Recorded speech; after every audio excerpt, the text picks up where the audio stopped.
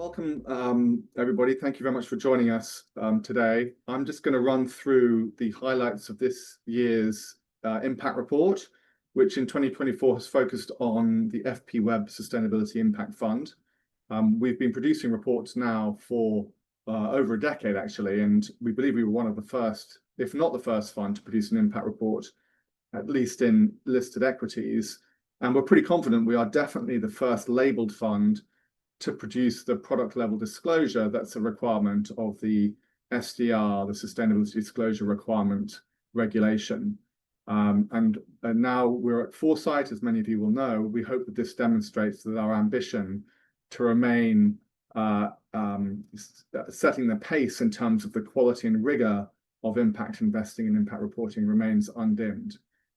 We have signposted in the presentation those parts of the report that directly address the requirements of SDR for the product level disclosures. And we've also tried something new in this report. Instead of seeing the report just as a repository for data, which we know many of our clients and readers like to see, and indeed we like producing data, but we also wanted to provide a stronger narrative in this report as well, telling the story, if you like, of the fund in 2024. And we hope that that's a more engaging way of presenting the information. So we've got this, here's the agenda, which basically follows the structure of the report, setting out the objectives of the strategy at the front, talking about the challenging environment that we experienced in 2024 and how we dealt with those challenges, and then finishing with a couple of sections on how we're building the foundations for recovery and why we believe we're well positioned for a return to growth in the coming years. But before we tell that story, I did just want to establish and probably re-establish for many of you what it is that we're seeking to achieve with the fund. And this is obviously one of the things that's prescribed by the FCA as part of the product level disclosures. And you can see I've put the Sustainability Impact logo at the top there to signpost that. And the first requirement is to disclose the fund's objective. And you can see that's written here. That's to achieve capital growth by investing in companies that deliver a positive social or environmental impact, which we have articulated as being to enable more productive and healthy lives and to support a stable climate and healthy ecosystems. We've then set out on the right-hand side, and there's obviously more detail in the report, the particular areas that we focus on in terms of different themes. And as I say, there's a lot more information about the particular kinds of companies that we invest in, both in the prospectus, in the rest of the impact report, and also indeed on our website as well. The second piece that is also a requirement of the product level disclosure is to disclose the theory of change for the fund as a whole. And this is what's shown here on this slide. And you can see we start at 12 o'clock with the objectives, which I won't repeat. And then we've identified 6 particular social and environmental problems that we're seeking to solve by investing in companies that provide products and services that address those problems. So we've set out those 6 problems there at around 3 o'clock, and then at 6 o'clock you've got the themes that we focus on, and how we organize our investment process around those 9 themes, 5 environmental themes and 4 social themes. And then it's the companies that we invest in, they sell products and services that help to address those environmental and social problems, and we measure the positive impact of those products and services with the KPIs that are detailed at 9 o'clock on this chart, the 9 different key performance indicators that apply to the different themes. And those impacts then clearly link back to the objectives in terms of the strategy as a whole. So hopefully that sort of makes sense as a kind of a process of how we're delivering change through the investments that we make.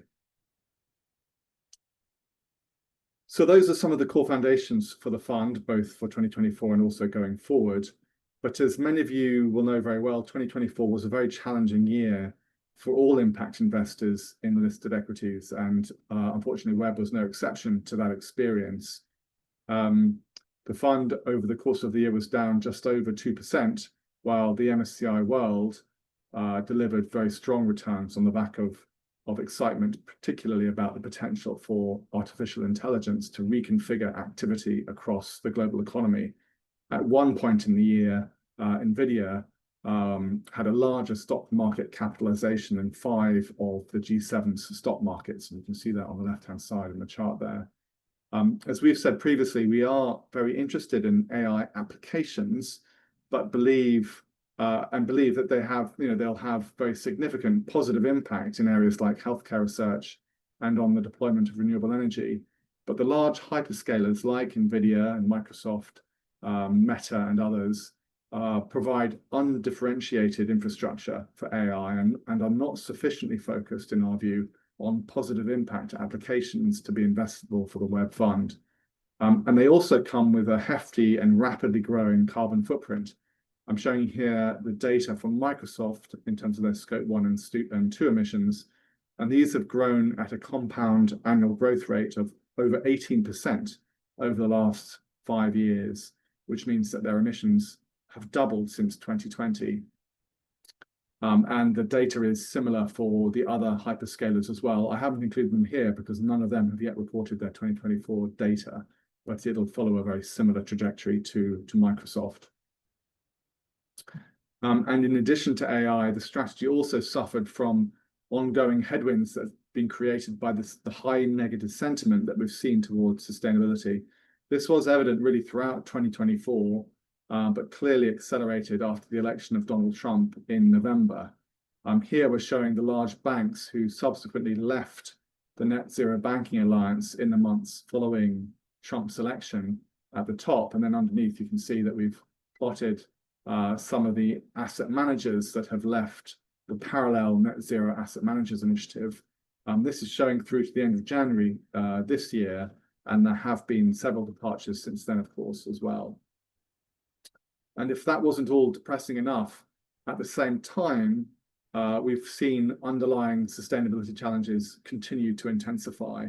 The chart that I'm showing here depicts 9 critical global processes that regulate stability and resilience of the planet's environment. It was put together by the Stockholm Environment Institute, and they did their first comprehensive assessment of the health of these systems in 2009. You can see the conclusions on the left-hand side. They looked at 7 of the boundaries 7 of the 9 boundaries in 2009, and of those 7, 3 were considered to have been breached. And you can see the threshold is that dotted line, and anything over that dotted line turns red, and that's where we are undermining the integrity of those systems. And then by 2023, the latest assessment, they'd assessed all 9 boundaries and found that 6 were now breaching those planetary boundaries. And in essence, this just confirms that current human activity is degrading these systems and undermining their ability to provide a stable environment for human society. And we're obviously seeing this play out very clearly with climate change now, but it's also increasingly evident in areas like biodiversity, and now the ubiquitous presence of novel entities like PFAS, forever chemicals, and the significant negative impact that they have on both human and ecological health. So all in all, pretty bleak, a pretty tough year. So what did we do in the strategy to manage those market pressures that we were facing while remaining focused on delivering positive impact? Well, the first thing I wanted to show you is to set out the companies that we sold in 2024, shown here on our impact map, which shows the impact intensity score on the x-axis. That's the level of positive impact that the products and services are delivering, and then also their operational quality score on the y-axis, both of which we generate through our investment process. And stocks that we sold included SolarEdge, which was hit hard by rising interest rates that curbed demand for residential solar systems, particularly in the US. And then also companies like Tomra, which has been affected by wavering government policy on sustainability. In their case, Tomra is particularly focused on markets around for recycling equipment and also for recycled materials. But we also saw weakening policy support in other markets like heat pumps as well. which is an area that we reduced our exposure to in 2023. And then on the other side, the companies that we purchased in 2024 are listed here. Some, like Next Tracker down bottom left, were also hit by negative sentiment in the solar industry, but have since recovered in 2025. Next Tracker is focused particularly on the solar utility market, which has remained pretty strong, in part actually driven by the energy demands of AI. Our investment thesis for some of the other stocks like Novo Nordisk have not yet played out. Novo was a weak performer in 2024, but we do nonetheless remain strong believers in their product portfolio, and particularly in the positive impact of GLP-1s, which are used for treating obesity and other conditions. So that's a brief look into the sort of stock by stock, or stock level at least, changes that we've made. Across the portfolio as a whole, a notable feature has been the gradual shift from more volatile and higher impact parts of the investment universe and towards steadier parts of the market. These are still impactful, but are less exposed to negative sentiment around the net zero carbon transition, for example. And this is all the result of bottom-up stock picking, but is now visible at trends in the portfolio level. So, for example, one clear trend has been the growth in the water management theme, which is that blue section in the middle of the chart. Which is a relatively defensive area, and we started adding weight to water management actually back in 2023 when we added Veralto to the portfolio. We already held Ecolab and Xylem, and then in 2024 we also added the water utility, the US water utility, American Waterworks, which took the weighting in the theme from 8% to nearly 14%. And since then we've also added Kurita, which is a Japanese supplier of water treatment equipment and services. So this shift from 8 to 14% is only 6%. It may not sound like much, but it is quite a dramatic shift for us. And water management has actually never been above 10% before. So that is a significant shift. And in fact, American Waterworks has been a good defensive move for us. They are a utility supplying drinking water and wastewater treatment services in the US. And they're not directly affected by the tariffs that Mr. Trump keeps talking about. They also deliver much safer drinking water and lower leakage rates in the US than other water utilities, so have a positive impact relative to their peers in that sector. And then another theme that we've added weight to as well at the top there in a sort of slightly sort of brown manila color is safety, which is another steadier part of the investment universe. And we've not actually added any new holdings there, but we've added additional weight to the 3 companies that we already held: MSA Safety, Bureau Veritas, and Steris. And that's taken that theme from 7% to nearly 11%. So together with the water management theme, that's over half of the portfolio now in those 2 areas, which are much more kind of defensive, steadier parts of the universe. Another, I think, interesting evolution that we've gone through in 2024 is to refine our areas of focus in our stewardship and engagement work to more precisely target the areas that we think will improve the underlying quality of the portfolio. And an example of this is our approach to diversity, equity, and inclusion. We are of the view that companies that are able to attract and retain talented employees will enjoy an advantage in the market over the medium term. It's a fundamental belief we have, and it's backed up by academic research. Historically, we've focused primarily on gender, but recognize that this is only one aspect of diversity. And in many respects, it's really inclusivity that really matters, i.e. making employees feel included in the workplace, whatever their gender, ethnicity, or background. Here we focus on gender, which we still see as important, and the chart shows the companies that are currently lagging in terms of gender diversity at board and senior management level in the fund. And we've also shown the average diversity across the fund as a whole and the target that we have set. And it's clearly these companies remain priority targets for our engagement. But as I've said, we want to focus more on inclusivity rather than just gender. Having said that, we are also really pleased to report that we've seen sustained improvements in gender diversity at board and senior management level consistently over the past decade. And you can see that very clearly, hopefully, in this chart. And in fact, we crossed a significant milestone in 2024. Perhaps you can see it just there on the right-hand side, when gender diversity of the fund moved ahead of that of the wider market, as illustrated by the MSCI World. And this is in spite of the fund's relatively high level exposure to sectors that have historically been quite male-dominated, like technology and engineering. So we're very pleased to see that level of progress in the portfolio. And we also remain, of course, very focused on companies that deliver a positive impact. We report here on the KPIs that we set out in our prospectus. Again, this is part of the product level disclosure requirements, and they cover the full range of impacts that we deliver. The numbers are reported per £1 million invested and are used in our impact calculator as well on our website. And you can see improved impact in several categories. And there are two reasons for this. The first is that to a significant extent, improvements in certain categories are driven by improvements in the quality of the underlying technologies. So, for example, with avoided emissions and renewable energy, we're getting more positive impact per pound invested, and that's because the underlying technologies are delivering more impact at the same or lower prices. And that's really what's driving the improvement in performance on those two indicators.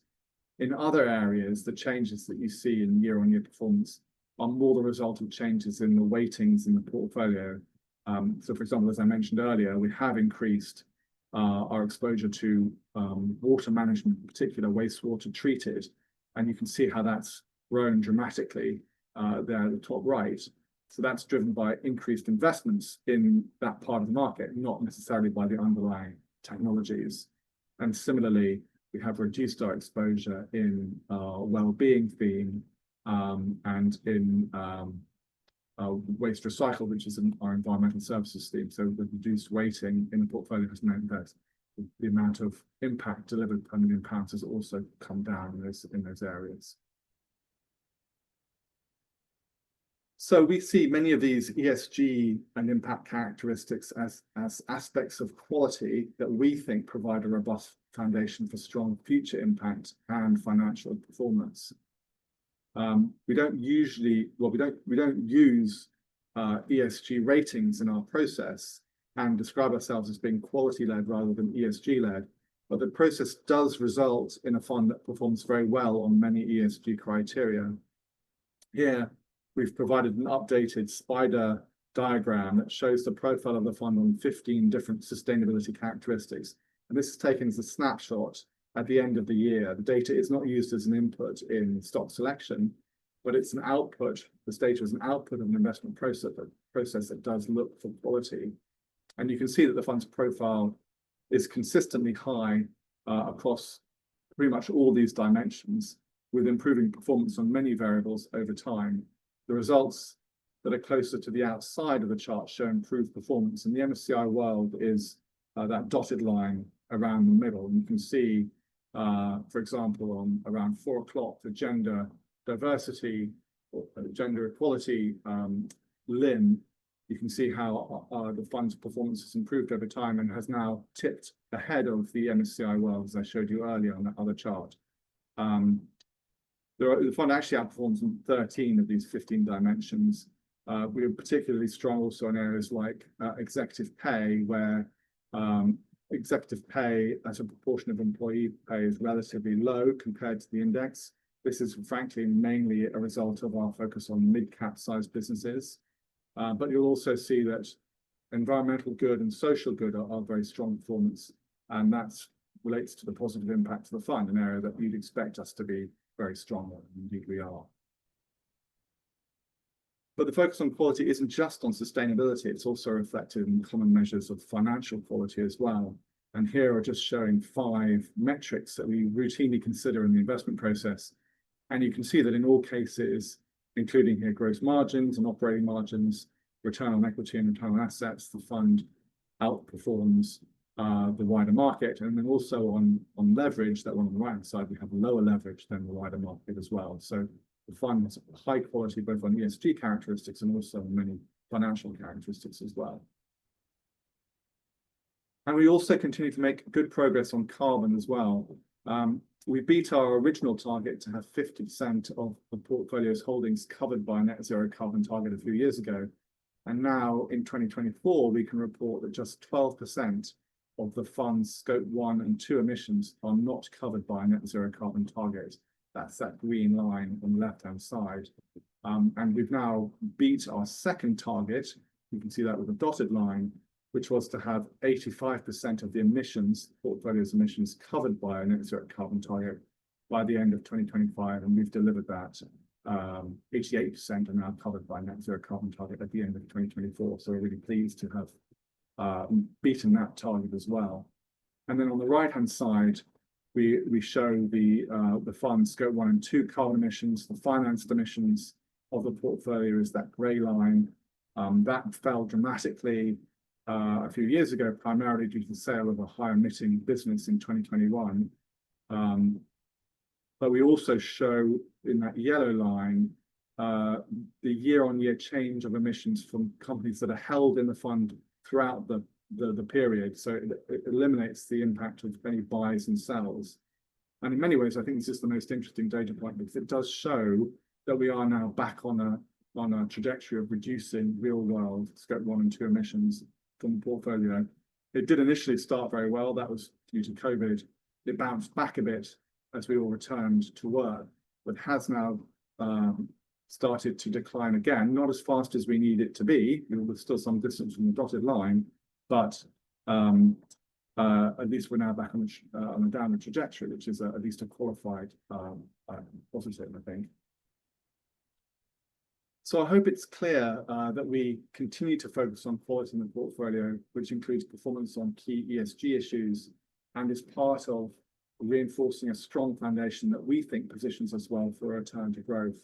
Fundamentally, these are high-quality businesses that we are invested in.